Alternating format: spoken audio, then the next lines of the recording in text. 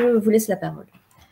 Bonjour, merci. Du coup, merci beaucoup pour l'invitation. Enfin, je pense que c'est très important, comme l'a fait Charles Benoît, de rappeler l'importance du fait associatif qui, par sa définition, est une revendication aussi de revendication citoyenne du faire alliance et d'être associé à la construction de nos réalités et des projets de territoire.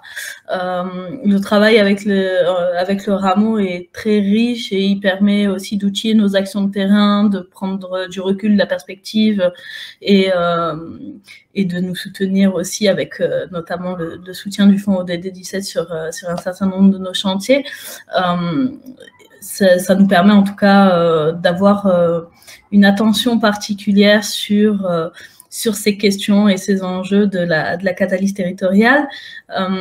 Le RNMA, donc je vais faire, comme on l'a demandé, une petite présentation. C'est donc Réseau national des maisons des associations qui agit auprès de à peu près 90 structures membres, qui sont donc des maisons des associations associatives ou alors des services de collectivité, et qui sont répartis sur tout le territoire métropolitain et en outre-mer, et puis donc un territoire assez varié aussi, urbain, rural, qui a des diversités dans les réalités du fait associatif local, et chacun apporte sa pierre à l'édifice. Depuis quelques temps, on a fait le choix de se définir comme une fabrique des communs, c'est-à-dire que l'enjeu c'est que l'ensemble des membres contribuent, co-construisent les projets et les actions qu'on mène. On a une fonction de caisse de résonance pour faire remonter justement les réalités des territoires.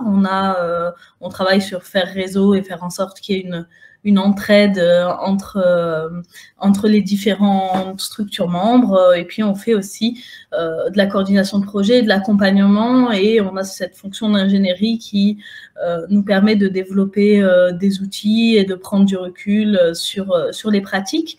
À l'origine, c'est un réseau qui a été créé en 1994 et qui travaille, qui est né de la volonté en fait de directeurs et de responsables de maisons des associations qui voulaient échanger, partager leurs pratiques pour avancer ensemble.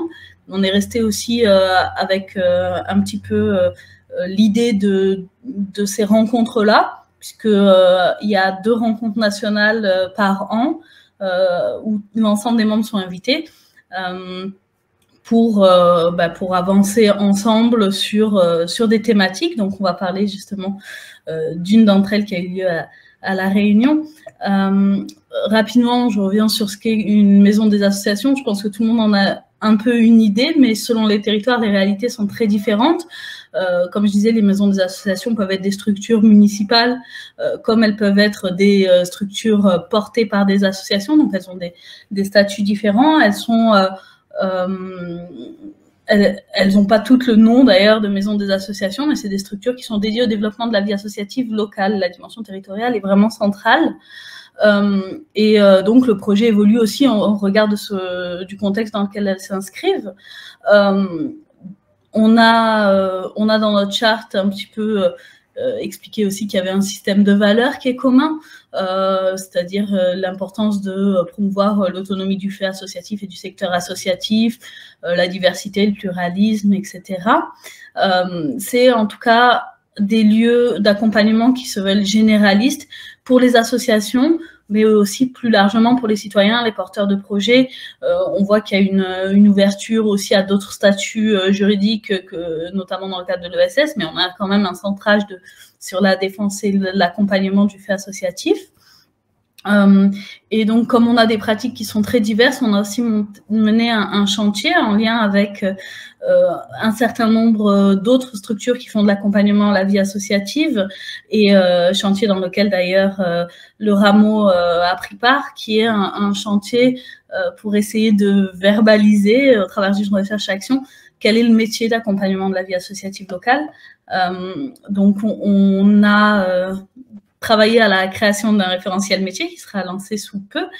Ce qui était intéressant, c'est que dans ce travail de verbalisation de nos pratiques, c'était un travail où on allait voir sur les différents territoires quelles étaient les réalités des fonctions, des activités menées par les gens qui travaillent dans les maisons des associations. Et on s'est rendu compte donc l'importance du cheminement en proximité, du lien avec l'ensemble des acteurs d'un territoire. Et on a vu que les missions d'accompagnement se déclinaient sur 3 niveaux.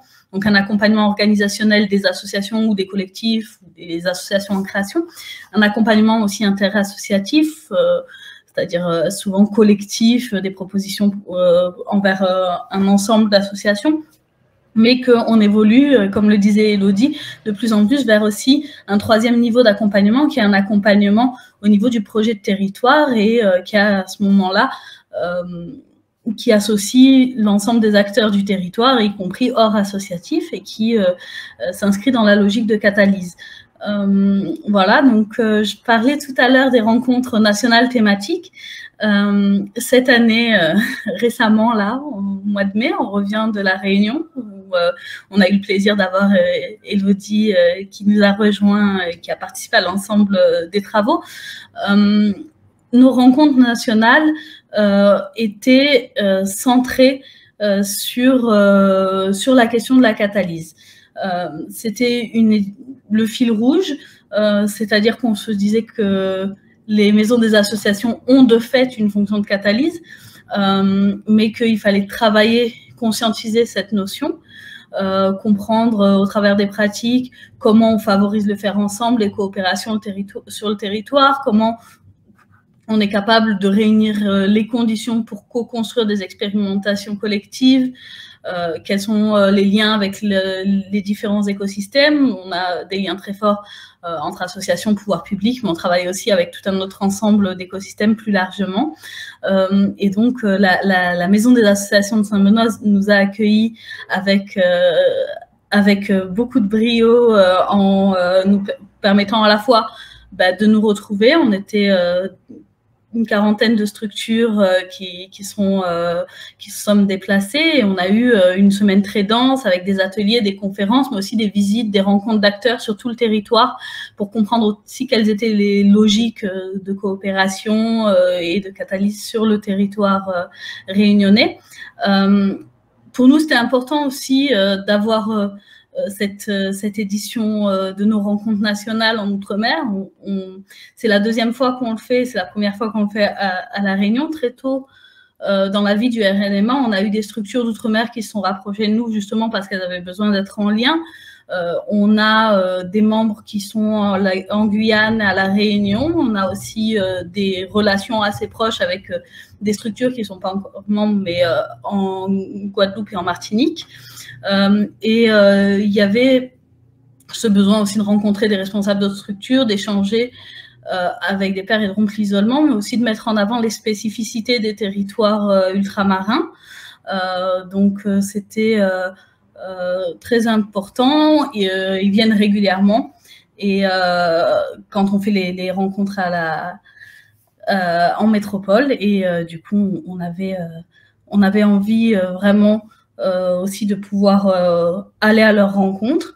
Et pendant ces rencontres que je laisserai du coup la MDA présenter, Jimmy, on a aussi fait un travail de conscientisation des pratiques de catalyse, c'est-à-dire que lors d'un atelier qu'on a co-animé avec Elodie, on a essayé de demander aussi aux maisons des associations de se positionner sur les pratiques de catalyse existantes. Et ce qu'on voit globalement, c'est que la plupart des MDA se positionnaient sur des liens avec des écosystèmes très variés, et sur certaines des pratiques de catalyse qu'elles mettaient déjà en œuvre. Donc pour nous, c'était mettre en avant que c'est un enjeu important et déjà existant dans nos pratiques. Voilà.